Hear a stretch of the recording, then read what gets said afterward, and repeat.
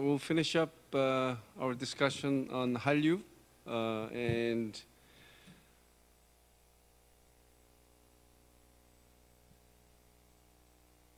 so the title. So last class we covered all of these and just started talking about this. So this is where we will restart. Okay. So today I'll talk about the socio-economic impact of the Korean wave, followed by the factors for the success of Hallyu, and then talk about Hallyu and its implications, where the question is, can Hallyu be sort of a force of soft power? If you're not familiar with the concept of soft power, I'll briefly discuss what it is, and you could sort of assess on your own whether soft power is something that is possible in international politics. Okay. And lastly, talk about how we need to rethink what culture is or should be, or popular culture. Okay. Okay, socio-economic impact of the Korean wave. So I already showed you this, right? So before I talk about what I have, can anybody mention anything as a sort of an impact of Hallyu? Not only on Korea, but for the whole world. Have you noticed anything that is different as far as popular culture is concerned? And also the impact of Hallyu on Korea. Can you think of anything?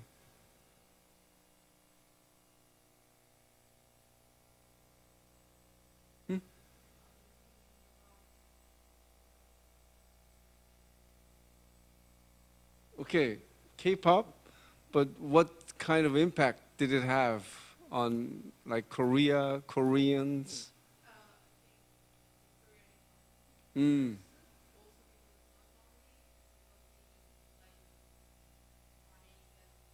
Yes.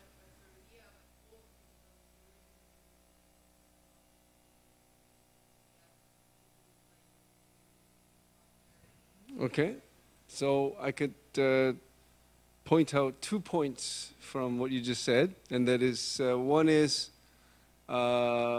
increase in tourism to Korea, right? Foreigners, many more people than ever before are visiting Korea because they're attracted to Hallyu, right? And then you mentioned something about money being generated, and that refers to increase in exports of certain goods like cosmetics. And I'll also talk about the increase in the export of dry seaweed. Have you tasted that yet? It's supposedly very healthy. And another good thing about it is it's the calorie count is low, right? So if you, not just any dry seaweed, but if you try the one with that is slightly salted and has the scent of sesame seasoning or sesame oil, just perfect if you are into rice. That's all you need. Anyway, any other comments before I move on? All right. Well, I have like 7 or 8 points on this, but let's just call the first one increase in exports of Korean cultural contents. Okay, and it totaled over $12.5 billion in 2021, jumping nearly 20 times from 2003. Okay. So here we go. So the overall total of Korean cultural contents exports was $12.5 billion in 2021. And again, that is a 20-fold jump from 2003 total. And here is a more graphic representation of what I just said. So back in 2003, the export total of cultural content was $630 million. But the total steadily increased over the years, and as of 2021, that total was $12.5 billion. Okay? And a noteworthy fact about this is that, remember, $12.5 billion, that total is higher than Korea's export of other notable Korean exports like agricultural products, cosmetics, electric cars, and household appliances. As you may know, Samsung and LG are the top two brands when it comes to, for example, washer and dryer, and so on, right? And yet, Korea's cultural content exports exceed the total export of these items. As you can see on the next graph. So the number one export item for Korea is semiconductor, okay? Followed by machinery, automobile, and so on, right? But cultural content, the export total is higher than these three, okay? And I'll talk maybe about this under economic development, but I think this should have caught your attention. Petroleum products. Does Korea have any oil reserve? No, but petroleum products is the fourth highest selling Korean export, and you know how that works? We import crude oil. We refine it and we export it. So some oil producing countries, believe it or not, they don't have any refinery. So they just export oil at a very cheap, because refined oil is much more expensive than crude oil, right? So this is something very interesting about Korean export industry. In terms of sales volume, the top three cultural content export items were, well, just to tease your brain a bit this morning, what do you think, when it comes to cultural content, I'm sure you sort of have some fuzzy ideas as to what they are, but just think of something that Korea is doing well when it comes to pop culture. What do you think are the top three exports? Yes. So K-pop, music, okay? So that's one. K-dramas, it's in the top 10 for sure, but whether it's top 3 or not, we'll see. And you're missing number 1, and I want you to say that. What do you think it is? Bigger than K-pop. But something that doesn't really come to your mind right away, because you don't know that it is Korean. It's hard to tell. Anyone? And you will probably sort of enjoying it without even knowing. See, with K-pop and K-drama, you know it's Korean, right? But with this, it's hard to tell. So I'm giving you a lot of hint. What do you think that is? Give up? It's this. Okay? Online games, music, K-pop. And number 3, characters. So not K-dramas. But remember, this is from 2021, okay? So things may have changed last year, but you know, this character thing is a very interesting industry that you should really be mindful of, because you know those guys in tights who fly? What are those guys? Batman, Superman, and Spider-Man. These characters are generating billions of dollars in revenue each year. Just, you know, kids, when they buy toys, what do they buy?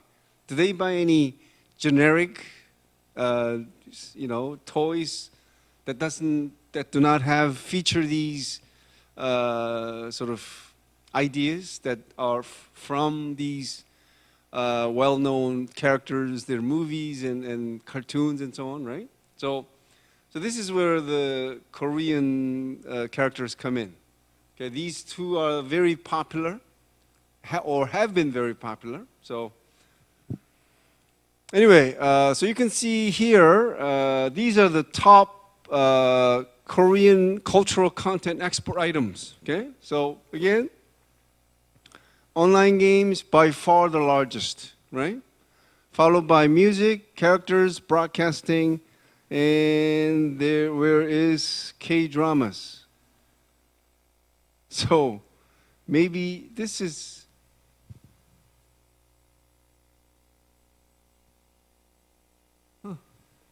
I have to look this up. It cannot be lower than movies, right? Because I think it's missing. Okay, but drama should be right in the top 5 or so, right? Anyway, but you know that these two are the top 2, right? Online games and music. So that's it for the first one.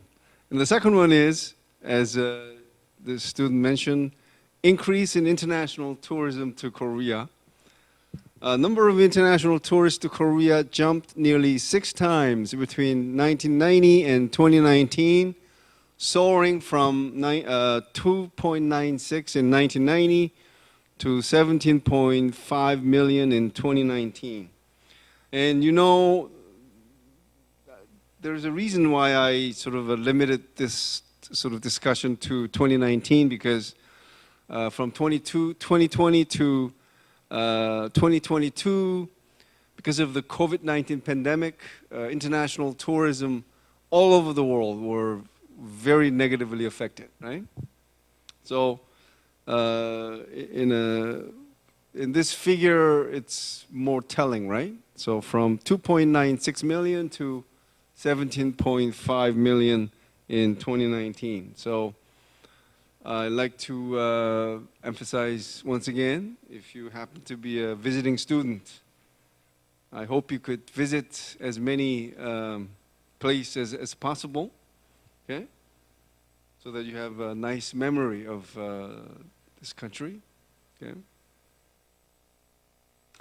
In 2019 alone, Korea earned 21.5 billion from international tourism. I'm sorry about putting all these numbers out for you.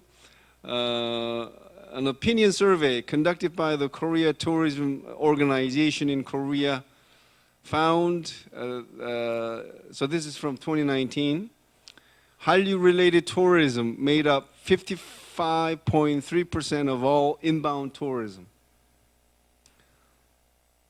Okay? So this shows you how Hallyu has had a very positive impact on inbound tourism to Korea. Third socioeconomic impact of the Korean wave is the increase in exports of other cultural products. And I already mentioned this, right? Cosmetics. I mean, these numbers you will not remember by the end of today, but I want you to remember this at least. Did you know that Korea is the like when it comes to cosmetic export, Korea is number 3. Isn't that amazing? Korea as being the number 3 exporter of cosmetics. After which 2 countries do you think? US is correct, but not Japan. Can you believe Korea beating Japan in cosmetics? Because I don't remember names, but there are certain famous Japanese brands. Did you want to say? Yes, very good. So it's France and USA, number 1 and number 2, okay, respectively. Korea is right up there with them, right?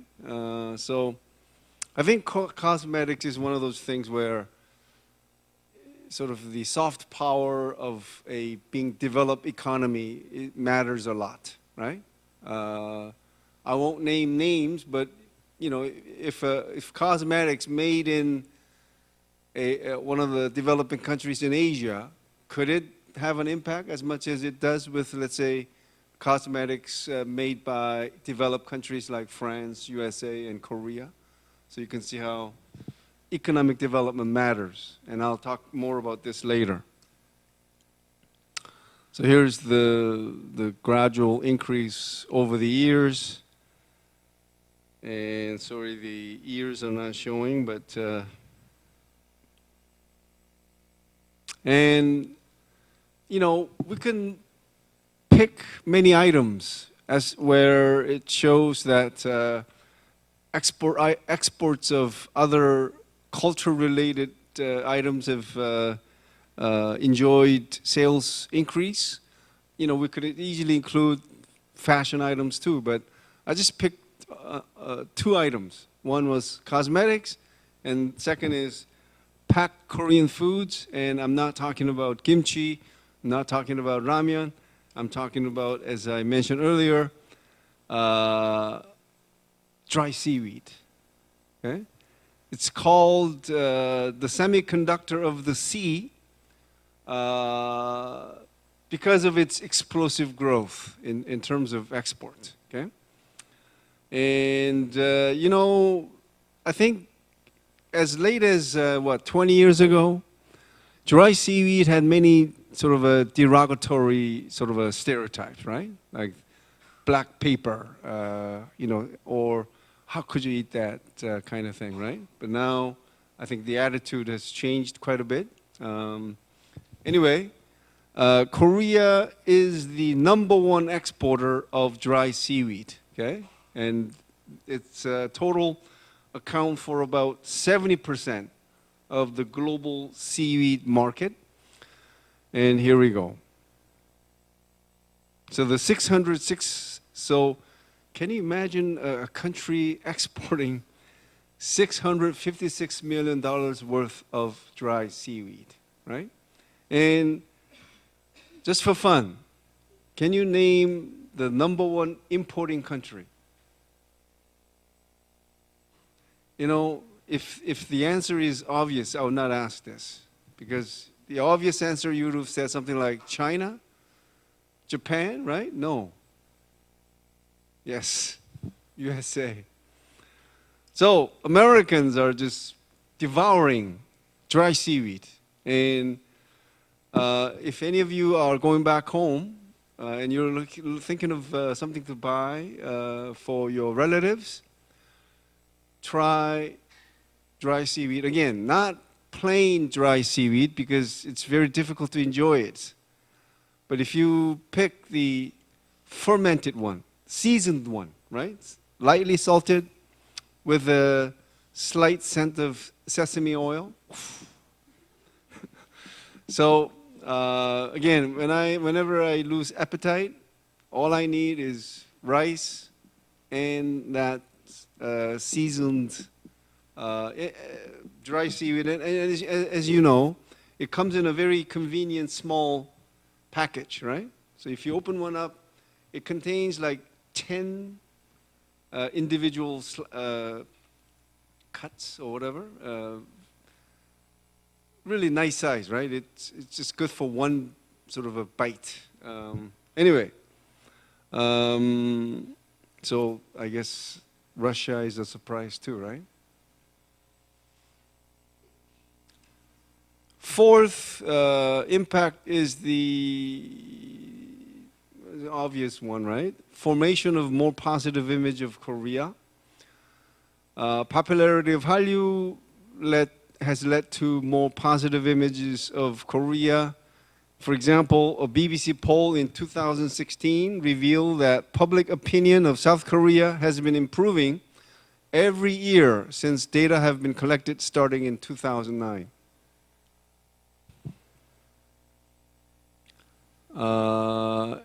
Fifth impact, Hallyu as a source of national pride. So the global popularity of Korean popular culture has been a source of national pride for Koreans living in and outside of Korea. So this is also an obvious impact.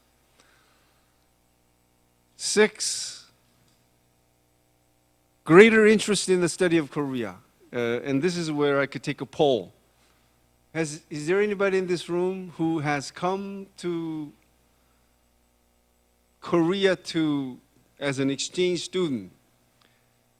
Did Hallyu or your interest or being a fan of Hallyu have any impact on your decision to come to study for a term or year in Korea? Hands up. Okay, so maybe with the students who are listening to this lecture online, I'm sure you would have quite a few, right? So this is something that is substantiated by our own students taking this class. And so the greater enrollment in Korean language and culture classes in universities and Korean cultural centers abroad, and also increases in the number of foreign students studying in Korea. So if you see this total, so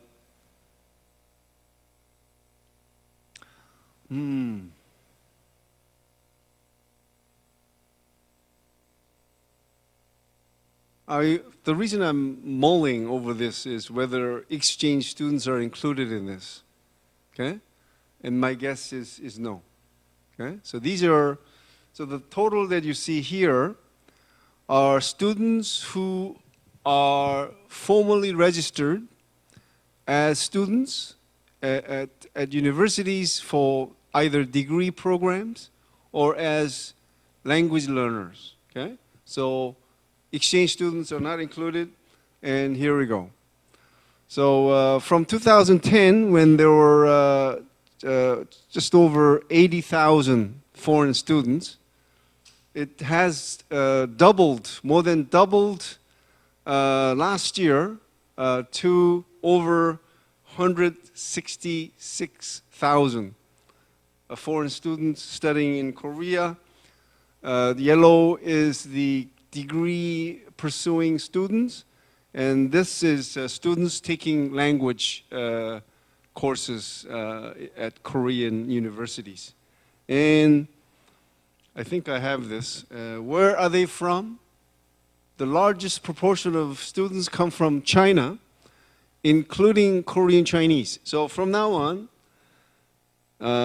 whenever you see any data and that says China, at least in the Korean context, always ask yourself, does that include Korean Chinese? And if it doesn't have a separate category, it always includes Korean Chinese too, okay? So like here, I don't have a separate category, right? So this means China includes, also Korean Chinese. So that's number one. Number two, Vietnamese students. Number three, Uzbekistan. Number four, Mongolia. Japan, number four. USA, number five. France, number six. I think France is a surprise for me, personally. And I found this, the next slide, quite amazing. Not amazing, but I thought KU was like a number one university in Korea as far as the number of foreign students is concerned, but it's not. It's number 5. So Hanyang University has the largest number of foreign students. This is last year, right? So Yonsei in Korea, and I'm always thinking, why is always Yonsei more popular than KU? Can anybody tell me a reason as a student, from a student perspective? Yes. Location. Okay, thank you. Anyone else? Is it considered to be more hip to be at Yonsei? Hip. So the location is number 1, yes.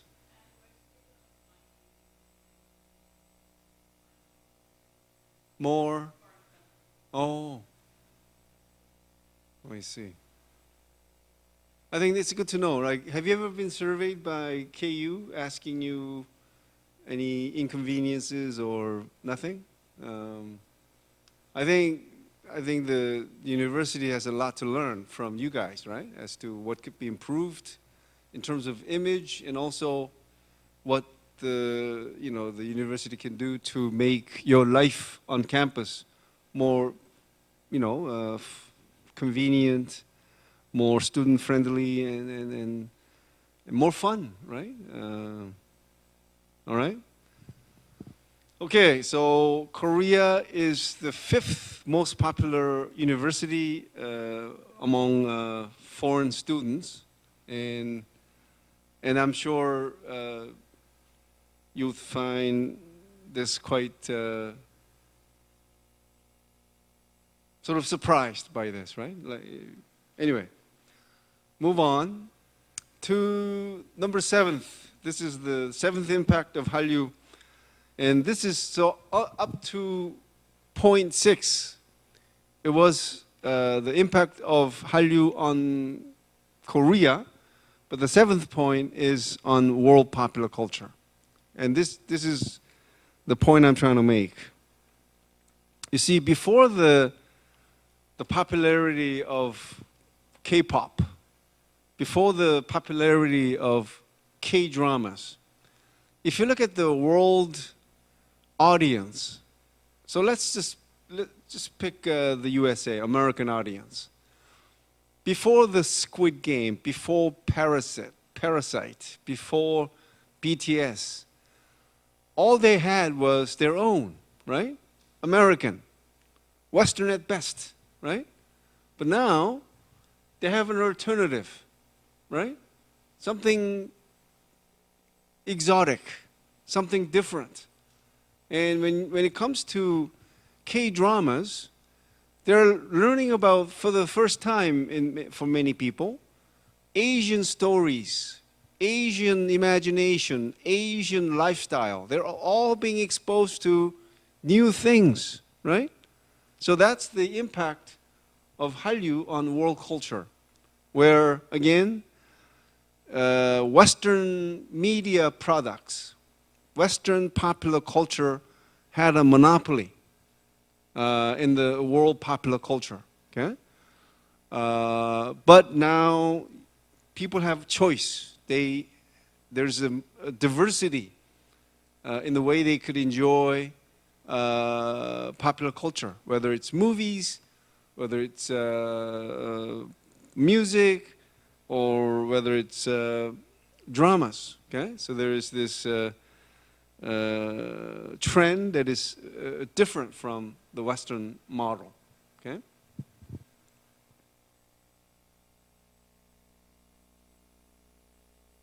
Eighth is, I want you to tell me whether you agree with this, especially non-Korean Asian students.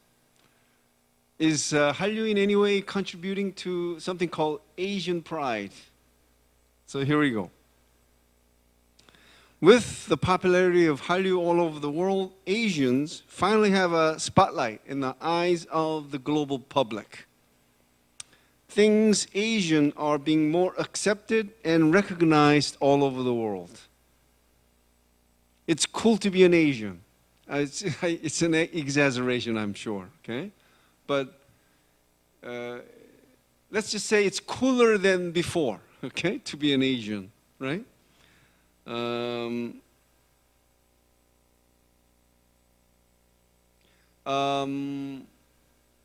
What are your thoughts on this? Does this make sense, or is it just too much? It's just anyone? So sort of okay with this? Is there anything you would like to add to make it more moderate?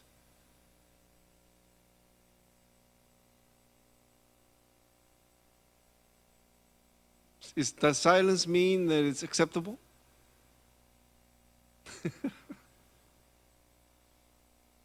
See, I have to confess, I didn't come up with this.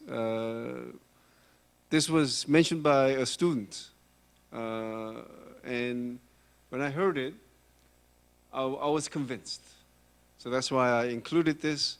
So that's why I want to know your honest opinion as to whether this is acceptable or questionable at best. Okay? So this is to add another point. Before Hallyu, and you could ask yourself too, who are your heroes? What, like, if you liked any celebrity, okay, whether it's movie star, TV star, or music star, weren't they all like Westerners, Americans, British? But with Hallyu, you know, you have, so I'm talking about Asians, right? Because this is talking about Asian pride for Asians. Now they have Asian stars, people who look like them, right?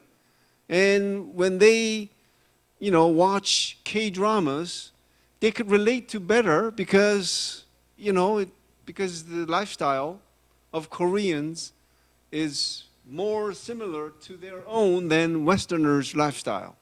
Okay? That's why the Korean stories, something they could relate to better. Korean stars, because they look like more similar to them than, let's say, Westerners, they could relate to better kind of thing. And so this sort of Asian pride thing. Anyway, I said it, but it's up to you to sort of think whether this is acceptable or not, right? So anyway, let's move on. All right. For more fun stuff, so I think I've gave you enough evidence to show you that Hallyu is indeed a global phenomenon as far as its popularity is concerned. Now, how did it happen? So, before I show you the points I have, can you think of any factors?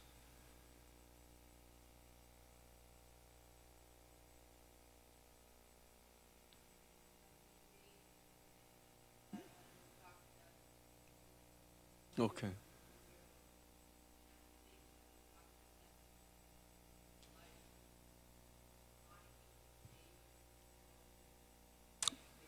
Okay.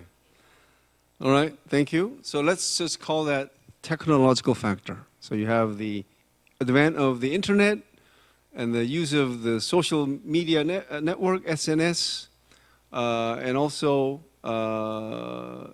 the, yes, internet, SNS. And for dramas and movies, streaming service, platform like Netflix. So that's one, right? Anything else?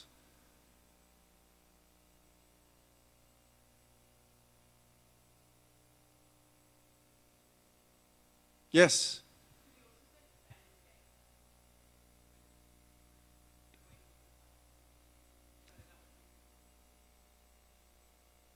Thank you.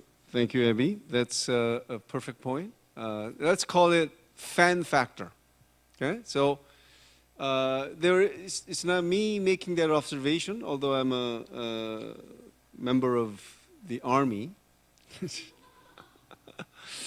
Uh, the observers have made this point, right? That K-pop club fans are different. They're more engaged.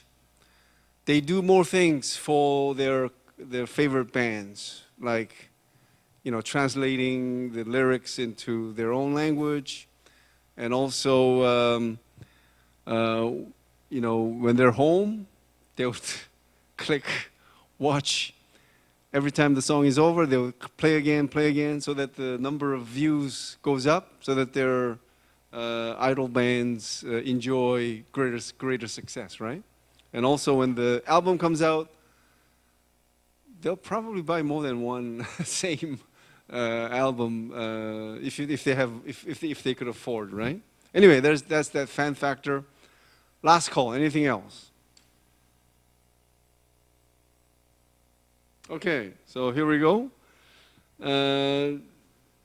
I think I have about 7 or 8 factors here. First is hard power, and this is simply that could Hallyu come about in Korea in the 1970s or 80s? No. Why? Because we were struggling for survival. We were just trying to put enough food on the table, right? So Hallyu, or something like Hallyu, and if there's a country that wants to duplicate the success of Hallyu, you know, it cannot just create this out of vacuum. It has to be based on what I call, not what I call, but what could be called hard power. The economy of a given country has to develop first. Why? Because that way you have the capital, okay, to develop a stylish and sophisticated popular cultural product. Okay? Just take a look at the USA. How could it be the #1 superpower when it comes to movies? Because it has the money to invest in making blockbuster movies, like, you know, Avatar, like Toy Story. Okay, I'm still like mesmerized by the beauty of you know, movies like Toy Story. Is there anyone who has not watched it? Oh my God, you gotta watch. The only one that I found not so liking was the #2, but everything else was just so good. Also the voice acting. Anyway, so you can see sort of economic success or development is the first condition. Okay, so it matters, at least for Hallyu. #2 is soft power. Okay, and I'll get back to soft power again. And I'd like to remind you once again, as someone who has studied about Korea, and as someone who is a university student, it's a term you should be familiar with. Okay, so look it up. Anyway, there is a direct correlation between the economic strength of a nation and the outreach of its culture. It's the intangible power exercised by a country through its positive image, as evidenced by the example of the West, especially the USA. For example, why is everyone all over the world into blue jeans? Why is it a cool thing to drink a cup of coffee at Starbucks? Why is it cool to smoke Marlboro cigarettes? It's all soft power, okay?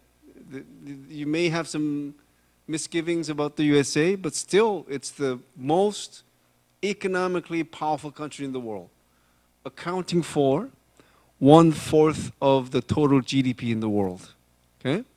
So the soft power, again, it's the attractiveness of a country because of its economic development. You could name, what are some of the best known brands when it comes to fashion / fragrance and so on. Gucci, Louis Vuitton, Prada, Chanel. Are they brand names from Asian countries, developing countries, from Africa, from South America? No, they're all from highly developed economies, right? So this is the point that is made by soft power. Okay? So economically developedness carries weight, and that's soft power. Okay? And that's where the Korea comes in too. Okay?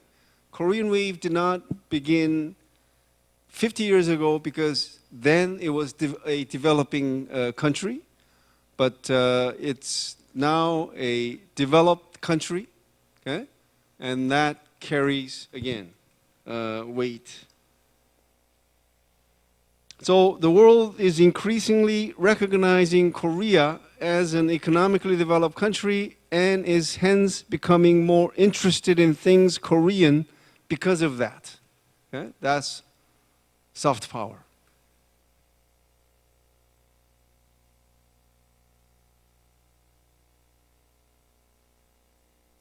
So the third factor was mentioned earlier, and this is the changes in communications technology. So it is said that Hallyu is the first case of spreading popular culture through IT. The internet and internet-based social media such as YouTube, Facebook, Twitter, and blogs functioned as global superhighways by which Korean popular culture reached overseas Hallyu fans faster and wider than ever before. So if what I just mentioned functioned as global superhighways for K-pop, then streaming services like Netflix did the same for K-dramas. And I think it is a revolution in not only distributing TV shows, but expanding the genres of TV dramas, okay? So I think I mentioned this earlier, right? See, before the Netflix, Korean dramas made by network television in Korea, and also to a large extent, TV dramas made by or made for cable television networks, the themes were typically family, okay? There was no swearing, there was no, rarely was there a kissing scene, and rarely were there violent scenes. So,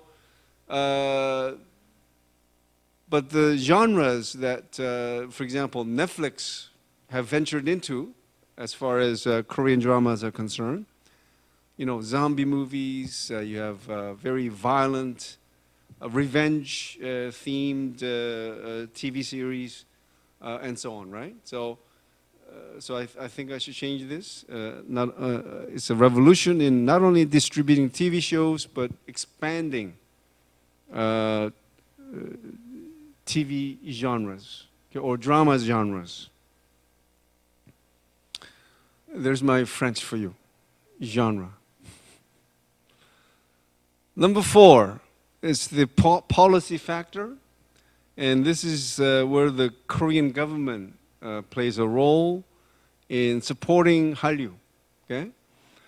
The Korean government strongly believes that an increased interest in Korean popular culture abroad can benefit the country's export sector. The Korean government also believes that the growing popularity of Korean pop culture can also increase its soft power. Okay? And such view, there's a typo there, such view was inspired by a 1994 government report which highlighted that the Hollywood blockbuster Jurassic Park generated more revenue than the foreign sales of 1.5 million Hyundai cars. Okay? You could imagine how this was major news at the time. Okay? Because Hyundai cars at the time were considered the pride of Korea. Okay? We don't really think this now, but back in 1994, the fact that we were exporting this many cars were something that we took great pride in. Okay? Again, it mattered at the time because we were developing, or we were sort of, this is when the phrase, the miracle on the Han River, was gaining media attention all over the world. And again, the export of Hyundai cars was one of the representative achievements of the Korean economy or Korean economic development. So this comparison, okay, that this one movie made by Americans was worth the export of 1.5 million cars was enough to really inspire Korean policymakers to accept the idea of promoting popular culture as a national strategic industry. Okay? I don't know if I made this comment convincing enough, but you know, to produce this many cars, it really sort of took the blood and sweat of like hundreds of thousands of workers, okay? But to see how, you know, a handful of CG experts, computer graphic experts, you know, being able to generate the same amount of money, again, was just shocking to Korean policymakers at the time. So again, it was a great awakening. Okay, I'm not belittling the creative efforts that are put into making a movie like Jurassic Park. I'm just saying, compared to, again, hundreds of thousands of workers just sweating out every day in the hot heat, just to, you know, export that many cars, but to see how a movie studio have the same revenue as that many Hyundai cars was really a shocking news story at the time. Okay, so that's why it inspired the Korean policymakers to pursue, you know, media, creating media products, promoting Korean popular culture as a national strategic industry. Okay? Accordingly, the Korean government launched an agency to oversee and coordinate the promotion of the Korean content industry and to promote cultural exports in 2000. And it was called the Center for Promotion of Cultural Industry, and it was re-established as the Korea Creative Content Agency, or Kuocw, in 2009.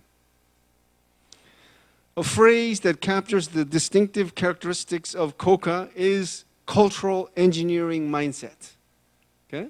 And what does it mean? It means this. Oops. It's a repetition there. Cultural engineering mindset includes provision of subsidies and low-interest loans to companies involved in the creation of cultural contents, provision of support for expansion into overseas markets by providing subsidies for translation, dubbing, and marketing of Korean cultural contents. It also includes nurturing content creators by hosting workshops and also hosting trade shows, all paid by the Korean government. Okay. All right, and we move on to the fifth factor, and I call it a strategy factor, and this refers to the role of K-pop entertainment agencies. Korean K-pop entertainment agencies are experts at polished packaging, producing top-notch products. And K-pop companies operate like entertainment conglomerates, managing under one roof, among others, a record label, talent agency replete with recruiters and trainers, music production company complete with songwriters, musicians, sound engineers, and producers, and also event management company. So I think BTS was recognized as being different from other K-pop artists for being a little bit different from what I just have here, okay? That they were writing their own songs, that they had more creative freedom. At least that's what he said, okay? But typically, all the artists who belong to the major entertainment agencies, they don't really have like a artistic freedom because they're groomed with all these experts who belong to the company, right? And this is that's why it's called packaging or packaged products, because how they come across as a certain image, it's also packaged. Okay? There's nothing that flows naturally. Whether it's music, whether it's their image, whether it's their dance, it's all produced and managed by this company, which is an expert at polished packaging. Okay, so that's the strategy factor. And one of the strategies, of course, is the trainee program that they have, right? How they undergo so many hours of dance routine, learning, a few different languages, and so on, right?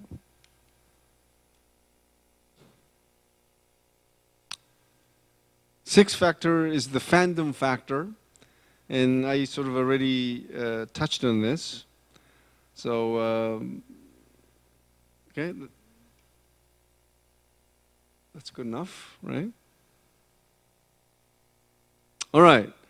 Moving on to the last section, Hallyu and its implications. The first question is, can the success of Hallyu be duplicated elsewhere? Or before talking about this, did I miss any factor here? Again, so this particular section is about factors that account for the success of Hallyu, right? Am I missing anything?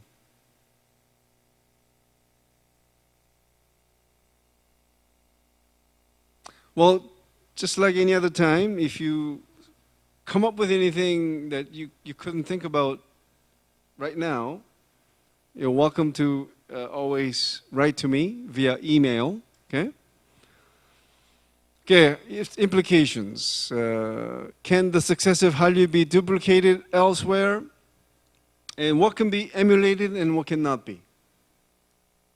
This is an easy question in a way, right?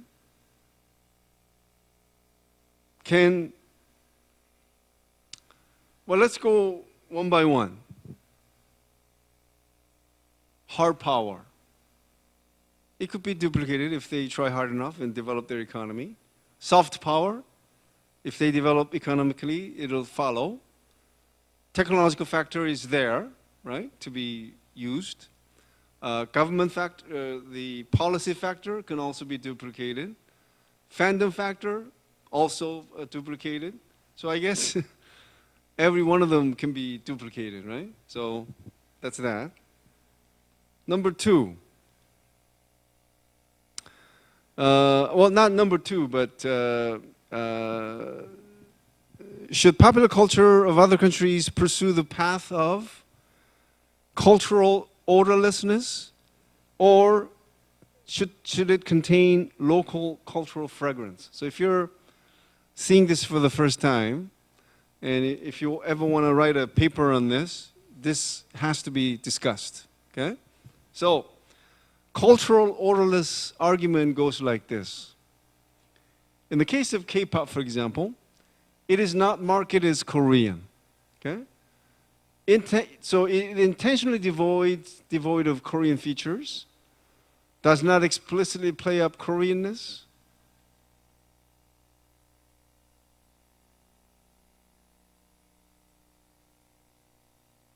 Maybe K-pop is not a good example.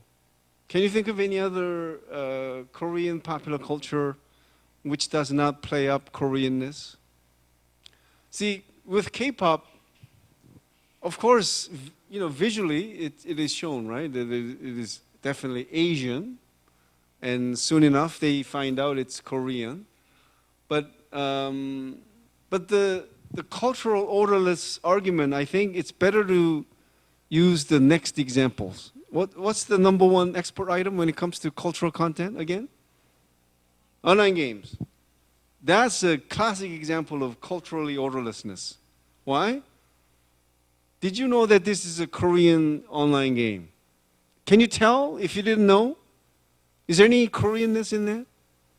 What about this one? If the mask is taken off, should like a Korean face pop up, you think? No. What about this one? This is the most popular Korean online game. Korean game. But the characters, they're all Westerners. So that's these online games are a typical example of culturally odorless argument. Okay? There's no Koreanness in it. Okay? So in order to be popular, you don't, make it necessarily Korean, right? And then there is the local cultural fragrance argument. And it goes like this. Global fans look for something different, unique, or exotic. They found those qualities in K-pop, and they would lose interest in K-pop if the Koreanness disappears from it, right? So if we stick with K-pop, what argument would you say is more convincing?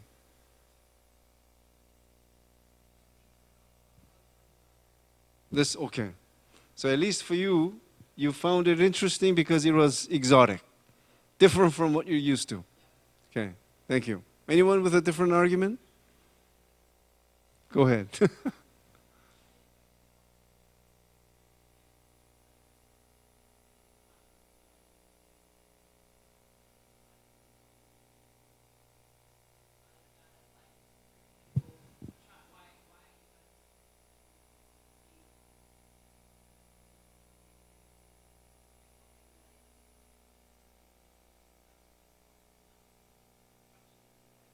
Mm,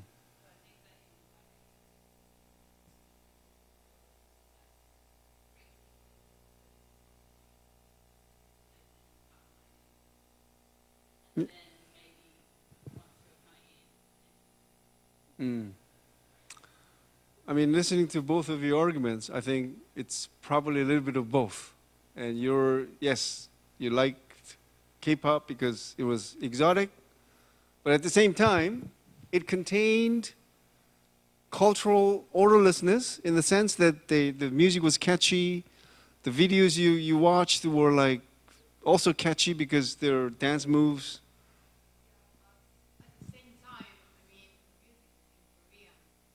But the rhythm is nothing really Korean uniquely, right?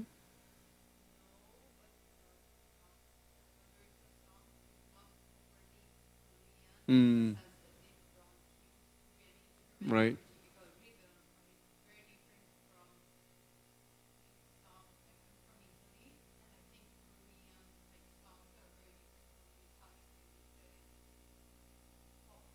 Mm. So I really think that Saudi element is still there. I mean, urban, movement all over the world. So I think we can think of not more of a Western concept, a globalized concept of Mm. joint. Also the videos and dancing, I mean, dancing is international, it's global, and everyone is doing that. Like there are groups that dance in Africa, in Latin America, in Korea, in Italy. So I don't think we can talk about like about Western concept when talking about dancing, about band. So Okay. Uh, in listening to your comment, I got to think. I have to make a confession here. Although I'm a big fan of many types of music, I think I told you, right? I'm into rock, heavy metal, and classical music. I listen to them all together. But I'm not really familiar with K-pop. So I'm asking you this question. See, you cannot say American music as being distinct. What I'm saying is this. I'm talking about genres. So there's rock, R&B, soul, hip hop, reggae, and so on, right? Can K-pop be categorized as having a distinct genre, like what I just listed, or not? Is K-pop music unique enough to be listed along with these genres I just mentioned? Again, soul, R&B, reggae, jazz, and of course within jazz there's also different types, right? Well, you're sort of like, and then there's another student shaking her head. Well, from my amateur sort of perspective, at least on K-pop, I don't see it as a distinct genre. Okay? Although it is a mixture of all the different types of genres from especially American musical styles, but I don't think it's distinct enough to say K-pop again, represents a distinct genre. Again, that's just my personal point of view. Why did I bring that up? I don't know. But anyway, well, keep in mind that there are these arguments, okay? In talking about the success of Hallyu, question is it, because of culturally orderlessness, or whether it's because of having distinct local cultural fragrance, right? So keep that in mind. Question number 2, what is the future of Hallyu? Even if you're a big fan of Hallyu, your thoughts? Do you think it'll have a lasting impact? Not lasting impact, but could it be, do you think, something that lasts? I don't want to use the term forever because, but let's say, at least in your lifetime. So let's say until the end of the century. Do you think it'll still be there? Or will it go the way J-Wave did? Did you know that J-Wave was popular in the 1970s, 80s, roughly for like 2 decades, and then just phew. The only surviving J-Wave is manga. But do you listen to Japanese pop music? Do you know of any Japanese idol bands? No, right? But there was a time when they used to be popular. Not as much as Hallyu, but so again, it's something to think about.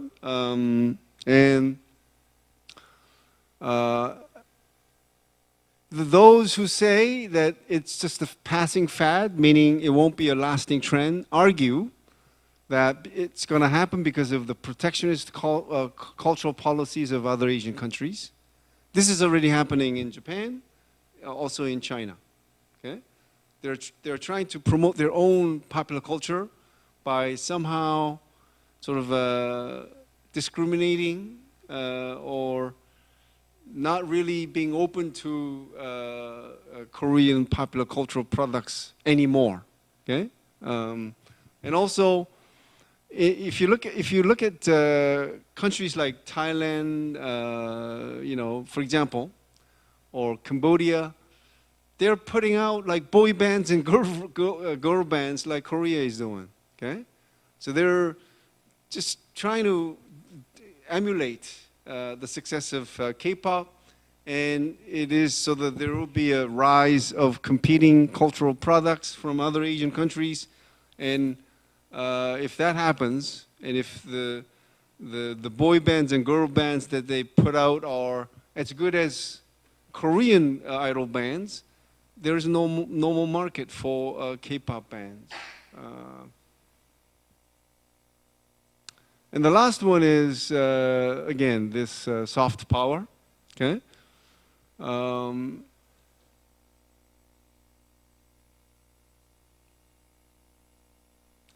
So, again, look this up, but see, it's the concept is a sort of a fuzzy concept. But let's say if soft power has an impact, it is this. So let's say this person is into K-pop, or is heavily into K-dramas. So he or she likes to buy things Korean because of that. Okay, so or he or she visits Korea because of he or she is so much into Hallyu. Now, at the individual level, soft power has an impact. But what about at the international level, at the diplomatic level? Again, when you try to assess the impact of soft power, you have to think in two levels. One, individual level. Second, diplomatic or international level. So at the individual level, it could be a sense of preference. You buying things Korean because you're into Hallyu, and visiting Korea or studying about Korea and so on, right? So that, I have no issue with that. But what about at the diplomatic level? So Joseph Nye is the guy who came up with the concept of soft power, and his emphasis was not at the individual level.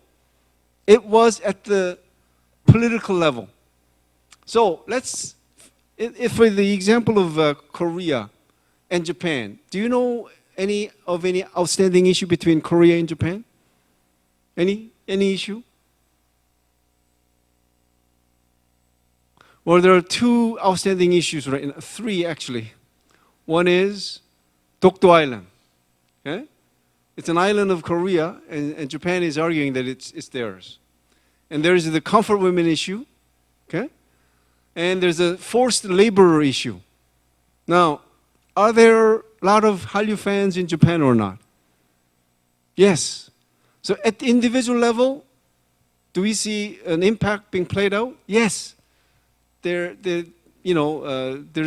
because of the COVID pandemic, the number of tourists from Japan fell, but before that, if you look at the top 3 countries with the largest number of tourists to Korea, Japan is always there. And they're, they love Korean cuisine and so on, right? So at the individual level, no doubt.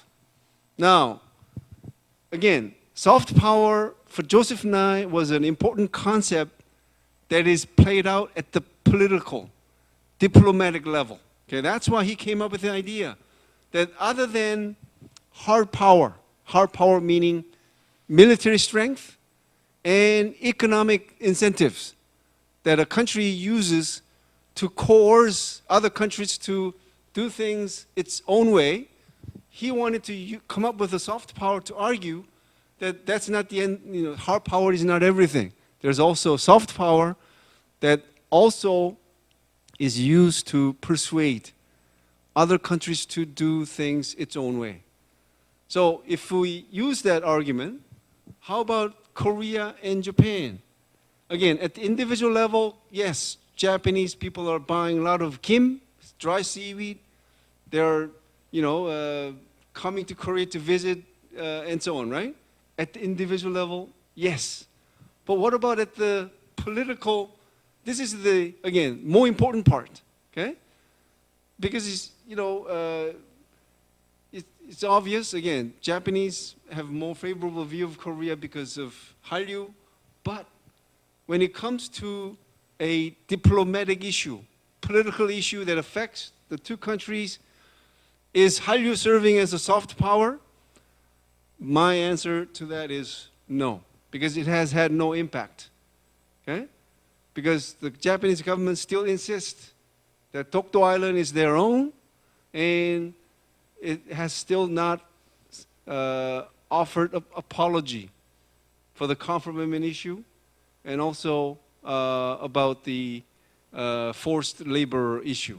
Okay? Although Japan has its own interpretations, I'm not saying without going into the details about who's right or who's wrong, but just sticking with the question of whether soft power, Hallyu, whether it could serve as a soft power in solving disputes between two countries, the answer is uncertain at best. Okay?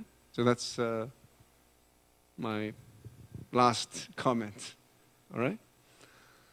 All right, so that's it for now, and thank you.